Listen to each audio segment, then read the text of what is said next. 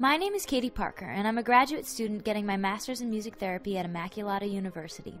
I am also the co-director of the Melmark Joy Bells, which is a handbell choir consisting of mostly adults with Down syndrome. We made our national debut on the Today Show on December 24, 2014, and we released a CD recorded with the Philadelphia Chamber Orchestra on December 7, 2014. Do you have a loved one with Down syndrome?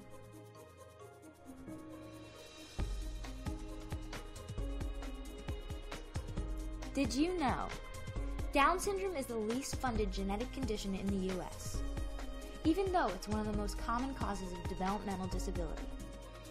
Individuals with Down syndrome are especially prone to forming early-onset Alzheimer's disease. This is because the amyloid precursor protein gene on the extra 21st chromosome produces an excess amount of amyloid.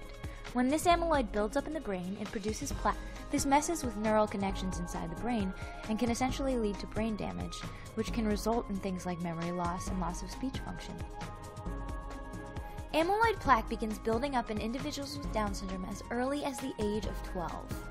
Individuals with Down syndrome can start showing signs of Alzheimer's as early as the age of 40. Researchers have found that prevention is both cheaper and generally more successful when it comes to managing Alzheimer's. Once symptoms start manifesting, it's very difficult to wind back the clock. Studies have shown that cognitive stimulation is a great means of prevention. I'm wondering if music therapy can be used as prevention to stop Alzheimer's from occurring. In my research, I came across the Nun Study. This long-term study began in 1986 and examined the cognitive functioning of 678 nuns from Notre Dame. Researchers found that nuns who had a college education or strong language skills throughout their lives were less likely to manifest symptoms of Alzheimer's. Researchers looked at the brains of deceased nuns and found that if they had a history of good language skills, positive thinking, and a college education, they would be less likely to form Alzheimer's, even if they had amyloid plaque buildup in their brains. All of these things require cognitive stimulation.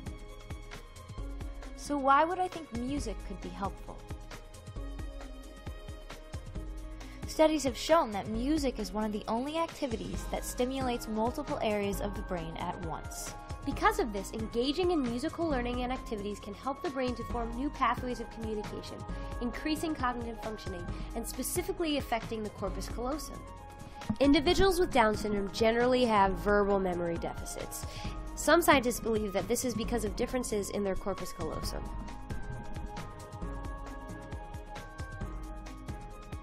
The corpus callosum is a series of axons bridging the right and left hemispheres. It is responsible for organizing sensory input and functioning, specifically things like speech and vision. It's almost as if the corpus callosum assigns the brain specific duties, signaling the right side of the brain when recognizing speech patterns, and signaling the left side of the brain when we recognize the faces of our loved ones or the faces of those we know. Studies have not only shown that many musicians have a larger corpus callosum because engaging in musical activity induces neuroplasticity, but also that music has been successfully used to improve speech in individuals with speech deficits. This makes sense. Just think back to the way you used music in early childhood to learn language. One prominent example of music being used to help individuals improve speech is the case of Congresswoman Gabby Giffords. On January 8, 2011, Gabby Giffords was the victim of a shooting reported to have been an attempted assassination. The bullet went into the right hemisphere of her brain, resulting in traumatic brain injury and severe speech deficits. Gabby Giffords was unable to speak at first, but her therapist found that she was still able to sing song lyrics. The theory behind this is that neural connections for song lyrics connected to melody were preserved despite her traumatic brain injury. She was eventually able to build new connections and relearn speech because music induces neuroplasticity. Her therapist believed that her recovery was catalyzed by music therapy. Again, you may be wondering how all of these things are connected. So let's summarize. 1. Individuals with Down syndrome are highly at risk when it comes to developing early-onset Alzheimer's. 2. Studies have shown that certain forms of cognitive stimulation, positive thinking, and good language skills can help to prevent Alzheimer's from manifesting in those at risk.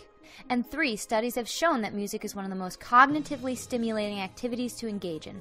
Studies have also shown that music and music therapy can help to improve verbal memory and speech in individuals with speech deficits. My hypothesis is that if we give individuals with Down syndrome opportunities to engage in music therapy, we can increase cognitive stimulation, improve speech and verbal memory deficits, give them positive experiences to engage in, and thereby use music therapy as a preventative measure for Alzheimer's. In order to collect initial data, I will be conducting a pilot study with 10 willing participants. I will be collaborating with Immaculata University and Dr. Michael Raffi of UCSD in order to collect data on the effects group music therapy will have on behavior, psychosocial well-being, language skills, and cognitive structure in individuals with Down syndrome. I will be using the Yamaha method in my study, which uses volume, rhythm, pitch, melody, and musical improvisation in order to stimulate the brain and improve language and cognition. In order to do all of this, I need your help. Each participant will have baseline and longitudinal cognitive, speech, and behavioral assessments, as well as FNIRS scans, which are scans that look at blood oxygen levels in different areas of the brain, every 6 months in order to determine changes in working memory, verbal memory, and episodic memory. But all of these things cost money. I know that individuals with Down syndrome are absolutely capable of musical learning. So I'm asking you to donate to this cause today so that you can be a part of discovering how to prevent the debilitating disease known as Alzheimer's.